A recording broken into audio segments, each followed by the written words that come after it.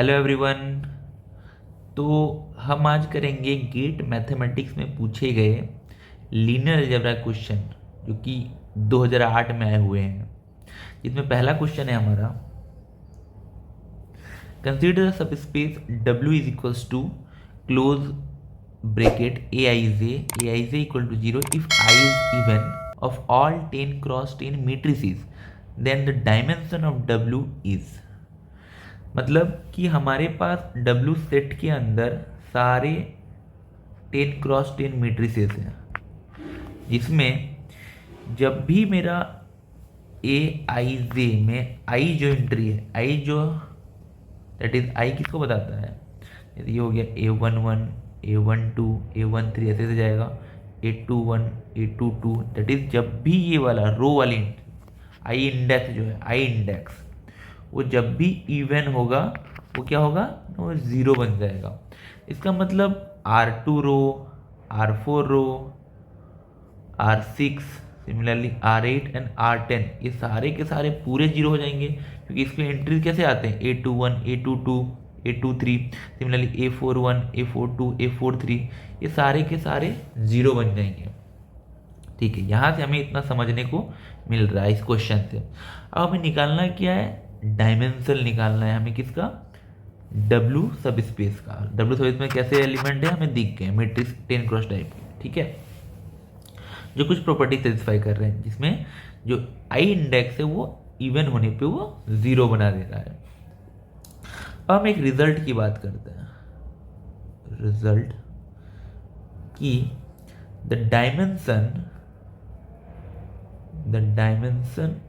of the vector space of all the dimension of the vector space of all n cross n matrices having real entries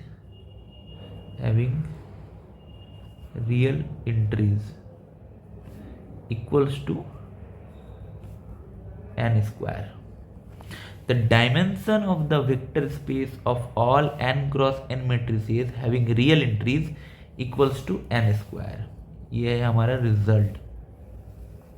कहने का मतलब कि अगर मेरा कोई वेक्टर स्पेस है सारे m n cross n over r का, तो इसका जो डायमेंशन होता है वो n स्क्वायर होता है। ठीक है, अब जरा हम अपने जो W सेट है जो कि एक सब स्पेस बना रहा है, क्योंकि हमारे यहाँ डायमेंशन पूछा गया है और डायमेंशन जब तक वो वेक्टर स्पेस ना हो तब तक उन्हें निकालते हैं। इसका मतलब ये सब स्पेस है W यहाँ पर, और एक्चुअल में इसको प्रूव करके भी देख सकते हैं कि W जो है वो एक सब स्पेस है। ठीक है, तो हम यहाँ ये नहीं करेंगे, क्वेश्चन में नहीं पूछा गया, अल्टीमेटली सब स्पेस होगा तो ही इसका डायमेंशन निकालने को कहा गया है। तो जो W सब स्पेस है वो कैसा दिख रहा है हमने थोड़ी देर पहले देखा। अब हम क्या करेंगे, लेट करते हैं कि n इक्वल्स टू 2 है थोड़ी देर के लिए। इसका मतलब कि V1 एक वेक्टर स्पेस है जिसमें सारे 2 क्रॉस 2 मैट्रिक्स हैं ABCD type, such that ABCD belong कर रहा कहाँ से, रियल नंबर से बिलोंग कर रहा। तो ये जो वेक्टर स्पेस V1 है, इस वेक्टर स्पेस का डायमेंशन हो जाएगा 2 का स्क्वायर, जैसे कि ऊपर बताया था n स्क्वायर, ये हो जाएगा 4, ये 4 डायमेंशन का है। ठीक है, अब एक काम करते हैं, हम एक नया वेक्टर स्पेस फॉर्म करते हैं V2, ये हो जाएगा A0CD। हमने क्या किया, B को 0 ले लिया, ये बन गया ACD बिलोंग कर रहा है R से। ठीक है, तो अब क्या होगा, ये जो वेक्टर स्पेस है इस पूरे वेक्टर स्पेस को स्पैन करने के लिए हमें ओनली 3 Li वेक्टर चाहिए, जबकि ये जो वेक्टर स्पेस है V1 उसको स्पैन करने के लिए हमें 4 Li वेक्टर की जरूरत थी। तो क्योंकि इसको 3 ही Li वेक्टर से हम लोग स्पैन कर सकते हैं, तो हमारा dimension of V2 equal to कितना हो जाएगा, 3 हो जाएगा। इसका मतलब जैसे जैसे इंक्रीमेंट ऑफ 0 हो रहा है, जैसे अगर यहाँ 0 आया, ठीक है, अब सिमिलरली एक और वेक्टर स्पेस बनाए हम, इसमें एलिमेंट हो जाए ऐसे कुछ 0 0 CD, यहाँ पे C और D बिलोंग कर रहा R से, तो इसका जो डायमेंशन हो जाएगा मेरा हो जाएगा 2। इसका मतलब कि जैसे जैसे हमारा जीरो इंक्रीमेंट हो रहा है वैसे वैसे हमारा वेक्टर स्पेस का डायमेंशन क्या हो रहा है, घट रहा है। कितना घट रहा है, जितना जीरो हमारा आ रहा है, इंक्रीमेंट कर रहा है, ठीक है।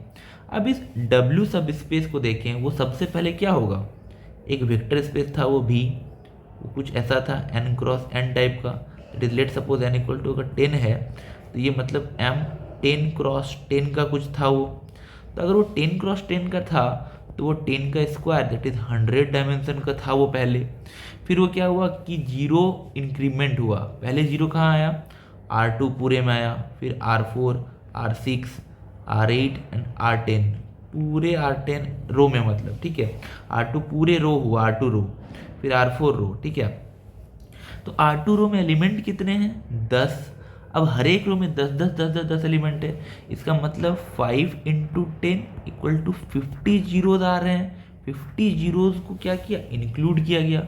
इसका मतलब हमारा जो डायमेंशन होगा उस W का वो हो जाएगा 100 माइनस 50 इज इक्वल्स टू 50। कहने का मतलब कि 50 LI वेक्टर चाहिए हमारा इस W वेक्टर स्पेस को स्पैन करने के लिए। तो हमारा जो डायमेंशन होगा W का वो 50 होगा। That's it. अब हम अपना दूसरा क्वेश्चन करते हैं जो कि गेट 2008 में आया हुआ है। ये कुछ ऐसा है कि let TR4 to R4 be a linear map that is fine TE1 E2 में मैप कर रहा है, TE2 E3 में मैप कर रहा है, TE3 0 में मैप कर रहा है, TE4 E3 में मैप कर रहा है, where E1 E2 E3 E4 is the standard basis of R4। then हम एक काम करते हैं कि E1 को हम लोग मान लेते हैं 1 0 0 0, E2 को मान लेते हैं 0 1 0 0, E3 को मान लेते हैं 0 0 1 0 एंड E4 को मान लेते हैं 0 0 0 1, ठीक है। अब ये ही चार जो बना रहे हैं वो आपस में, ये हमारा स्टैंडर्ड बेसिस है किसका, R4 का। R4 का हमारा ये चारों एक स्टैंडर्ड बेसिस है, ठीक है। अब अगर हम लोग मैपिंग देखें ध्यान से तो TE1 कहाँ मैप कर रहा है, 1 0 0 0 पे। TE2 कहाँ मैप कर रहा है, TE2 मैप कर रहा है हमारा, सॉरी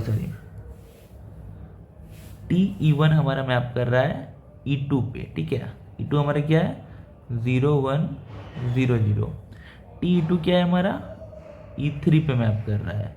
अब E3 क्या है हमारा, E3 हमारा है 0 0 1 0।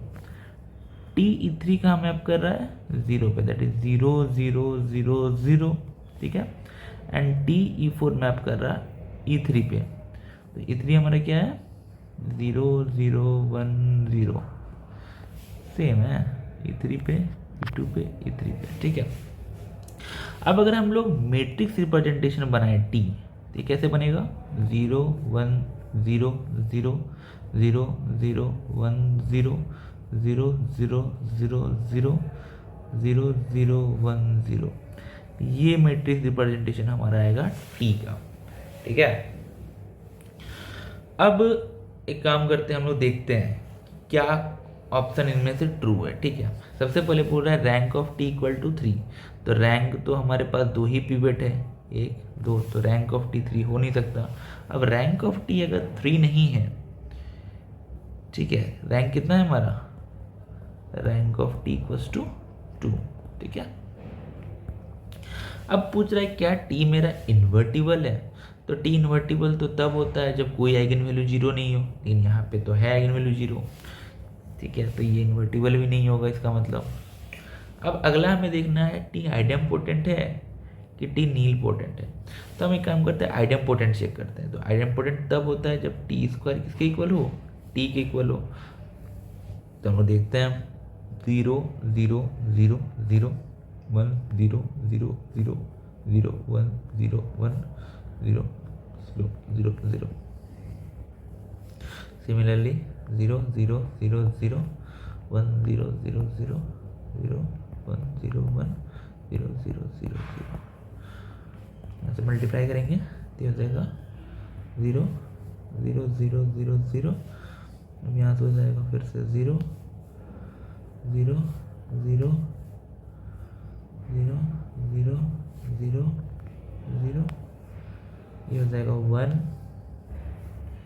ये फिर से 0, ये भी 0, ये भी 0 और ये फिर से अगेन 0। तो ये तो t के इक्वल नहीं आ रहा, नॉट इक्वल टू t। इसका मतलब ये आइडियम पोटेंट भी नहीं होगा। इसका मतलब क्या है, जरूर t नील पोटेंट होगा। दैट्स इट, ऐसे करना था ये क्वेश्चन। अब ये हमारा अगला क्वेश्चन है 2008 में पूछे गए, जिसमें एक मैट्रिक्स दिया हुआ है M और एक वेक्टर स्पेस दिया हुआ है V, जो mxt टाइप के एलिमेंट को रखता है, जहाँ पे x R3 से बिलोंग कर रहा है। Then an orthonormal basis of V is, ठीक है, हमें एक ऑर्थोनॉर्मल बेसिस निकालना है। तो सॉल्यूशन, अगर हम सबसे पहले सोचें, लाइक दिया हुआ यहाँ पे क्या कि V जो है स्पेस, ठीक है, उसमें M x t टाइप का एलिमेंट है, जहाँ x बिलोंग कर रहा R3 से। अब M हमारा क्या है, एक मैट्रिक्स है, ठीक है। अब अगर M एक मैट्रिक्स है तो ये क्या करेगा कि जब भी किसी वेक्टर से वेक्टर से मल्टीप्लाई होगा तो ये एक और कोई एक वेक्टर देगा v1, लेट सपोज, ठीक है।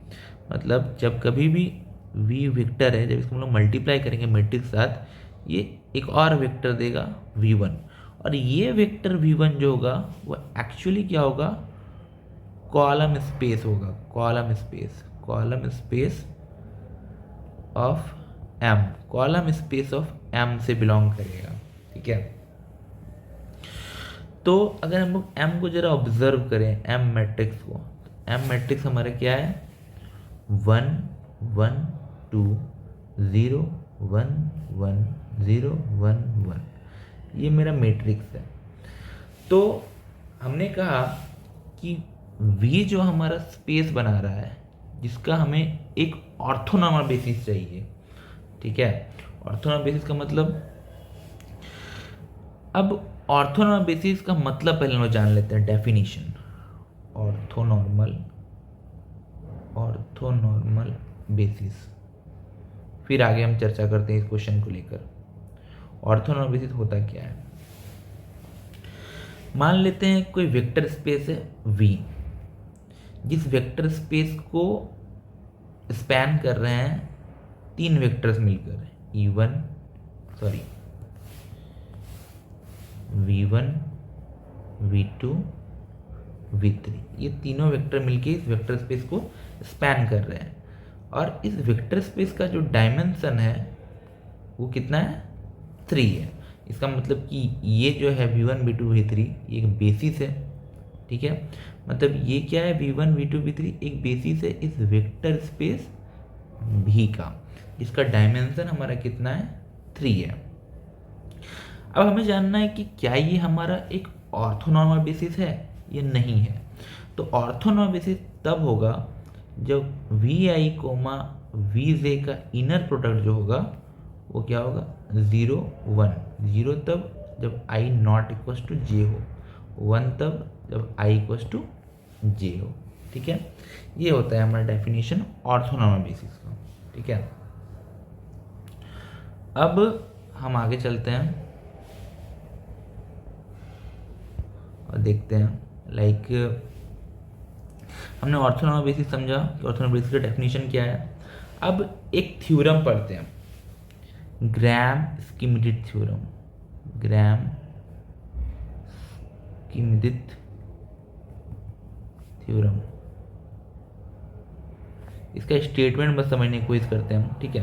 ये क्या कहता है, ये कहता है कि अगर मेरा कोई वेक्टर स्पेस है, उस वेक्टर स्पेस का अगर कोई बेसिस है हमारा, let suppose V1 V2 V3, ठीक है। इसका मतलब कि वेक्टर स्पेस का डायमेंशन जो है वो हमारा कितना है, 3 है, ठीक है।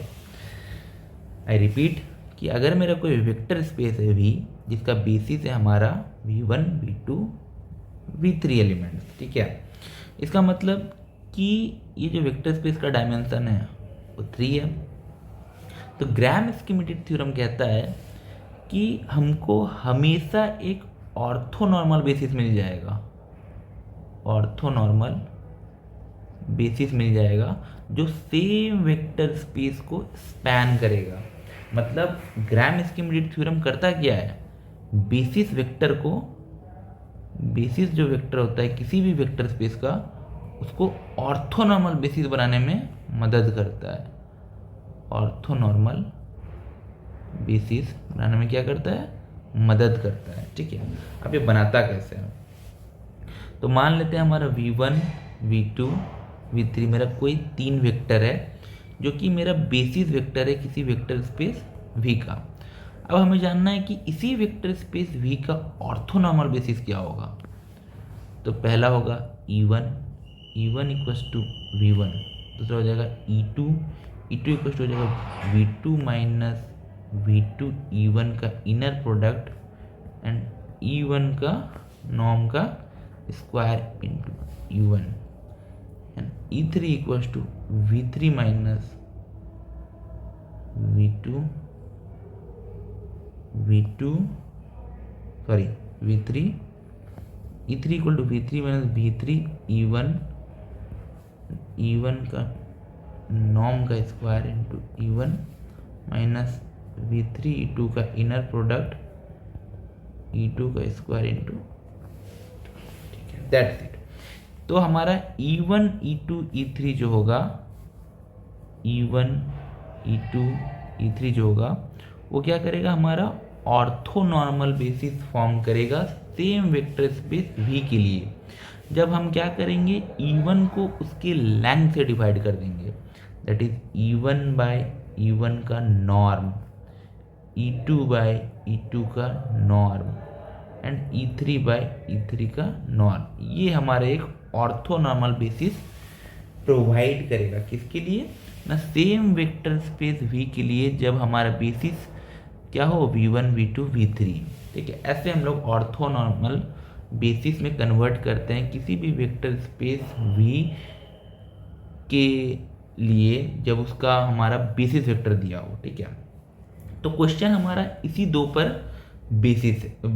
बेस्ड है, ठीक है। दैट इज कि हमारा क्वेश्चन ये है कि एक वेक्टर स्पेस है V, इसमें mxt टाइप के एलिमेंट है, ठीक है, mxt, जहाँ m मेरा कोई मैट्रिक्स है और और x जो है वो वेक्टर बिलोंग करते हैं R3 से, ठीक है। अब अगर mxt है तो हमने क्या बताया था कि m एक मैट्रिक्स है, जब v एक वेक्टर के साथ मल्टीप्लाई होगा तो कोई न्यू वेक्टर देगा V1, ठीक है, जो बिलोंग कहाँ से करेगा, R3 से ही बिलोंग करेगा। तो ये जो वेक्टर बिलोंग करता है वो एक्चुअली बिलोंग करता है कॉलम स्पेस ऑफ M से। अब अगर हम लोग कॉलम स्पेस ऑफ M बनाने की कोशिश करें तो ये कॉलम स्पेस होगा क्या, ये बन जाएगा 1 1 2 0 1 1 0 0 0। तो ये इसके पास पिवट है, इसके पास पिवट है, तो कॉलम स्पेस हो जाएगा मेरा स्पैन ऑफ 1 0 0 और ये हो जाएगा 1 1 1। ये हो गया मेरा कॉलम स्पेस, ठीक है।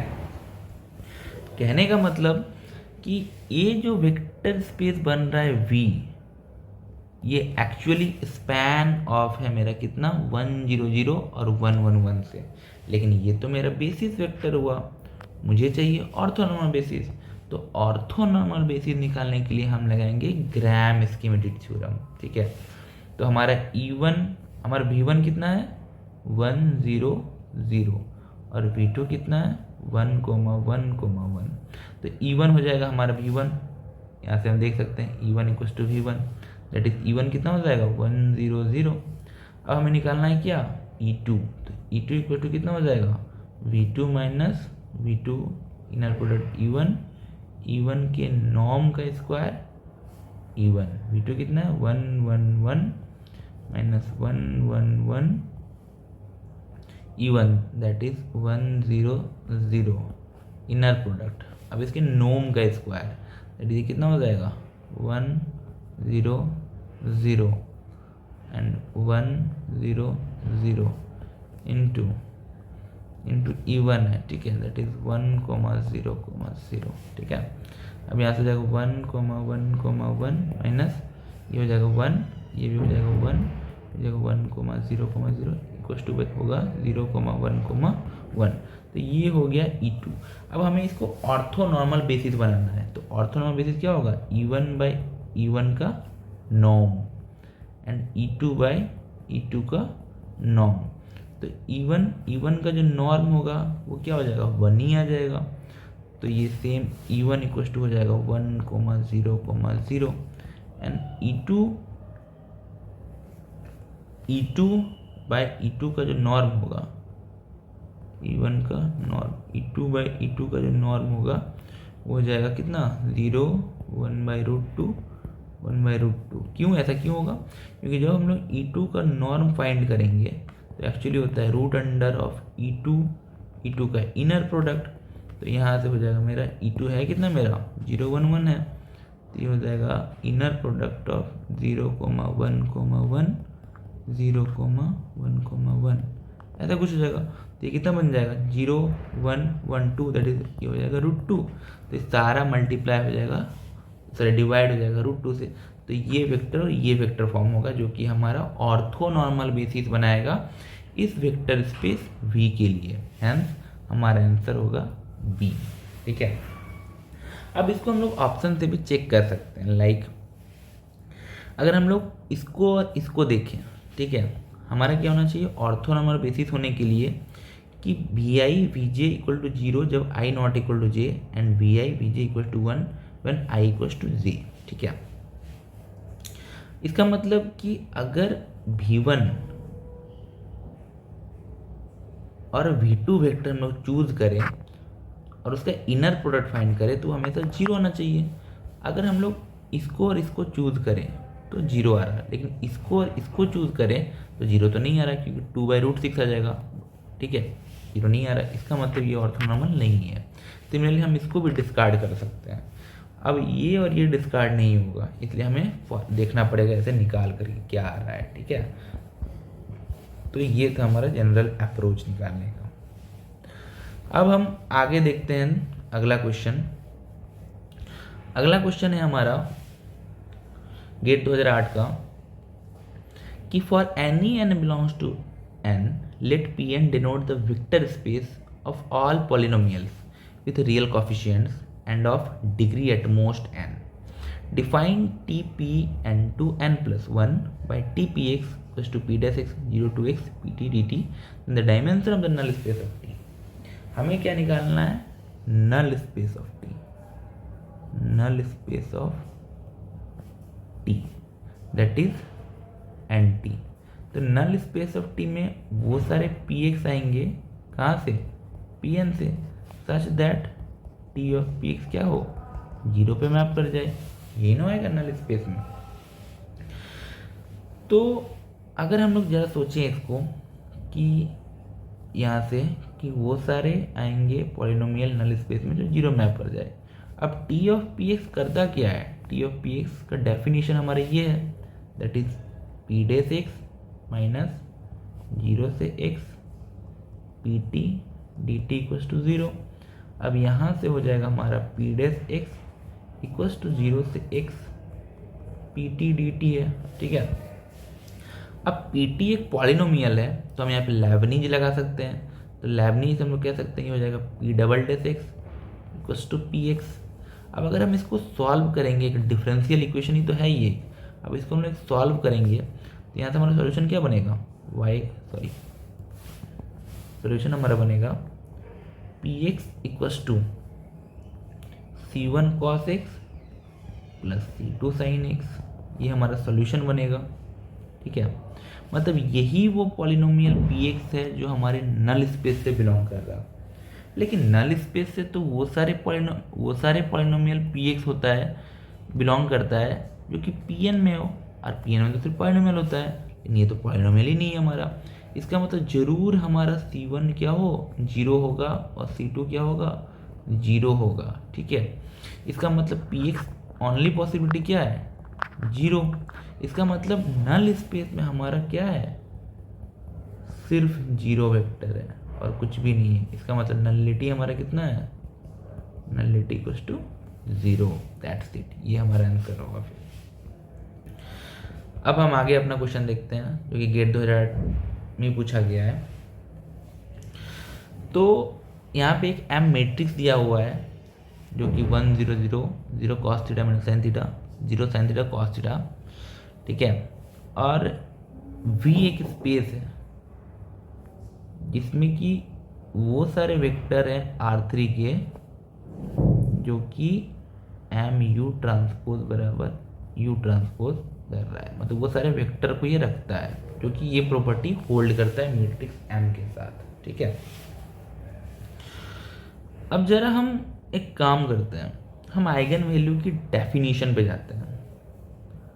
आइगन वैल्यू, तो अगर मेरा कोई मैट्रिक्स है एम, उसकी आइगन वैल्यू लेम्डा है, ठीक है, तो हमें एक आइगन वेक्टर मिलेगा जो कि एम भी बराबर लैम्डा भी सेटिस्फाई करेगा, ठीक है ना। मतलब यहाँ पे जो वी वेक्टर है वो मेरा इस लैम्डा के कॉरेस्पॉन्डिंग आइगन वेक्टर होता है, ठीक है। अब जरा ये जो वेक्टर स्पेस है V, उसके अंदर की प्रॉपर्टी को देखें तो ये कुछ ऐसी ही लिखी तो गई है, M V1 equals to V1, और साथ में यहाँ पे क्या है 1 इंटू V1, नहीं समझ सकते हम इसको। इसका मतलब कि हमारा जो मैट्रिक्स M है उसके कॉरेस्पॉन्डिंग आइगन वैल्यू 1 आ रहा है, M के कॉरेस्पॉन्डिंग, दैट इज एक आइगन वैल्यू 1 है हमारा, ये बताना चाह रहा है। अब हम आइगन स्पेस के डेफिनेशन को लेकर सोचते हैं। तो यहाँ पे अगर ध्यान दें हम, तो जब ये M B equal to lambda भी होता है, जहाँ पे लैम्डा मेरा आइगन वैल्यू होता है और भी मेरा आइगन वेक्टर होता है, तो ये क्या करता है, एक आइगन स्पेस बनाता है ई लैम्डा, जिसमें वो सारे वेक्टर होते हैं V belongs to, let suppose हम लोग R3 में देख रहे हैं, तो R3 सच दैट एम भी इक्वल्स टू लैम्डा भी करेगा। ये तो होता है हमारा आइगन स्पेस का डेफिनेशन। तो कुछ कुछ यही तो नहीं है ये क्वेश्चन भी, हमें आइगन स्पेस ही तो पूछा है एक्चुअली, मतलब आइगन स्पेस का डायमेंशन पूछा है, क्योंकि डायमेंशन भी पूछा है, तो आइगन स्पेस का डायमेंशन पूछा है corresponding to the eigenvalue 1। Actual में तो यही है ये क्वेश्चन। तो हम सबसे पहले चेक करेंगे कि मैट्रिक्स M जो है उसकी क्या आइगन वैल्यू 1 एक ही है या एक से ज़्यादा है, ठीक है। तो उसके लिए हम इसकी कैरेक्टरिस्टिक्स पॉइंट में निकालते हैं। तो अगर हम इसको ब्लॉक मैट्रिक्स में डिवाइड करें, 1 0 0 0 cos theta minus sine theta 0 sine theta cos theta, ये हमारा मैट्रिक्स है।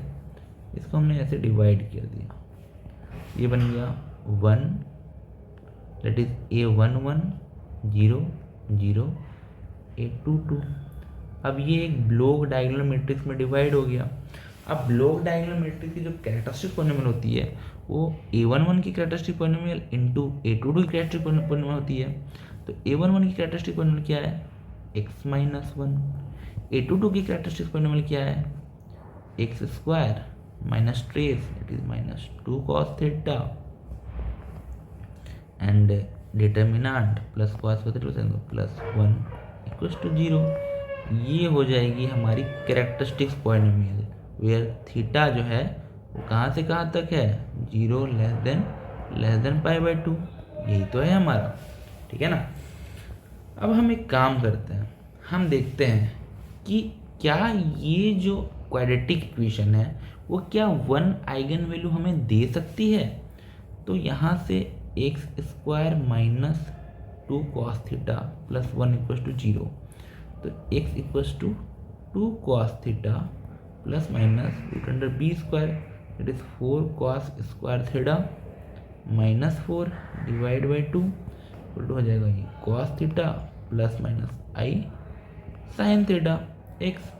अब ये जो है 1 कब आता, जब यहाँ पे मेरा थीटा इक्वल टू 0 होता, लेकिन 0 तो हमारा डोमेन में ही गिवन नहीं है, ठीक है, तभी तो पॉसिबल था। तो 0 से π/2 के बीच, 0 less than theta less than π/2, इसके बीच हमारा x कभी 1 फैक्टर देगा ही नहीं। इसका मतलब 1 आइगन वैल्यू हमारा है ही नहीं, और एक ही आइगन वैल्यू है। तो एक ही आइगन वैल्यू के कॉरेस्पॉन्डिंग हमारा एक आइगन वेक्टर तो मिलेगा ही मिलेगा, ये तो हमारी प्रॉपर्टी है। तो एक आइगन वेक्टर हमारा एक v1 मिलेगा, और ये क्या करेगा, e λ1 एक आइगन स्पेस बनाएगा जो इसी वेक्टर से स्पैन हो रहा होगा, जिसका डायमेंशन कितना होगा, 1 होगा, क्योंकि एक ही वेक्टर से स्पैन हो रहा है वो, इसलिए इस डायमेंशन ऑफ ये कितना हो जाएगा, 1 हो जाएगा। दैट्स इट, इतना आता है इस क्वेश्चन में। अब अगर हम अगला क्वेश्चन देखें, तो अगला क्वेश्चन है the number of linearly independent eigen vector of the matrix. ठीक है, हमें लीनियरली इंडिपेंडेंट आइगन वेक्टर निकालना है मैट्रिक्स का। तो ये भी कुछ ब्लॉक मैट्रिक्स का कॉन्सेप्ट से बनेगा, जैसे a इक्वल्स टू है 2 2 2 1 0 0 0 0 0 0 3 0 0 0 1 4। तो इसको अगर ब्लॉक डायगोनल में हम लोग ब्रेक करें तो ये एक ब्लॉक हो जाएगा, ये एक ब्लॉक हो जाएगा। तो इसका जो कैरेक्टरिस्टिक पॉलिनोमियल ऑफ ए होगा वो कैरेक्टरिस्टिक पॉलिनोमियल ऑफ ये, कैरेक्टरिस्टिक पॉलिनोमियल ये। तो इसका कैरेक्टरिस्टिक पॉलिनोमियल सीधा दिख रहा है x-3 x-4, क्योंकि ये ट्रायंगुलर मैट्रिक्स है। ये हो जाएगा x-3 एंड x-4। अब इसका कैरेक्टरिस्टिक पॉलिनोमियल क्या होगा, x² माइनस ट्रेस और माइनस 2 4 तो माइनस 2 हो जाएगा इक्वल टू 0।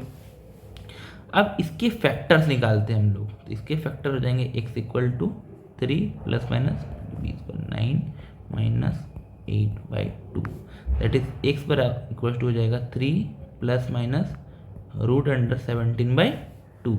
अब अगर हम लोग ध्यान से देखें तो कैरेक्टरिस्टिक्स पॉलिनोमियल की जो है वो 4 अलग अलग रूट्स निकल रहे हैं, मतलब 4 अलग अलग आइगन वैल्यू, दैट इज λ1 λ2 λ3 λ4, चारों के चारों अलग अलग आइगन वैल्यू है।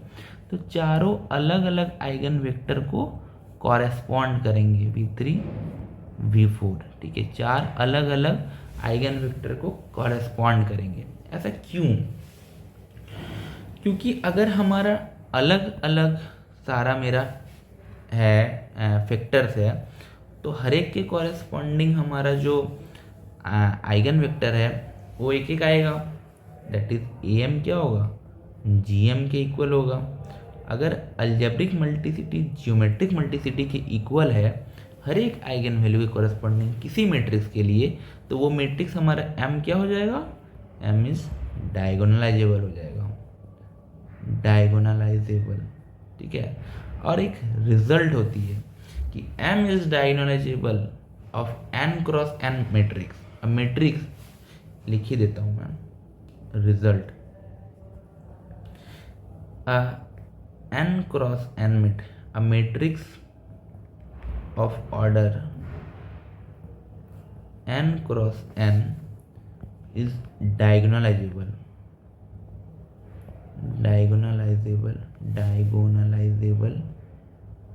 if and only if it has n li eigen vector. ये हमारी रिजल्ट है। ठीक है, तो अब क्योंकि हमारे पास ये जो मैट्रिक्स हुआ am इक्वल टू gm है, दैट इज इसलिए हमारा m मेरा मैट्रिक्स जो हुआ डायगोनलाइजेबल हो जाएगा। और अगर डायगोनलाइजेबल होता है तो उसके पास n क्रॉस n मैट्रिक्स के लिए n li आइगन वेक्टर होता है। ठीक है, तो हमारे 4 क्रॉस 4 का मैट्रिक्स है तो 4 li आइगन वेक्टर हो जाएगा, तो ये 4 हो जाएगा इसका आंसर।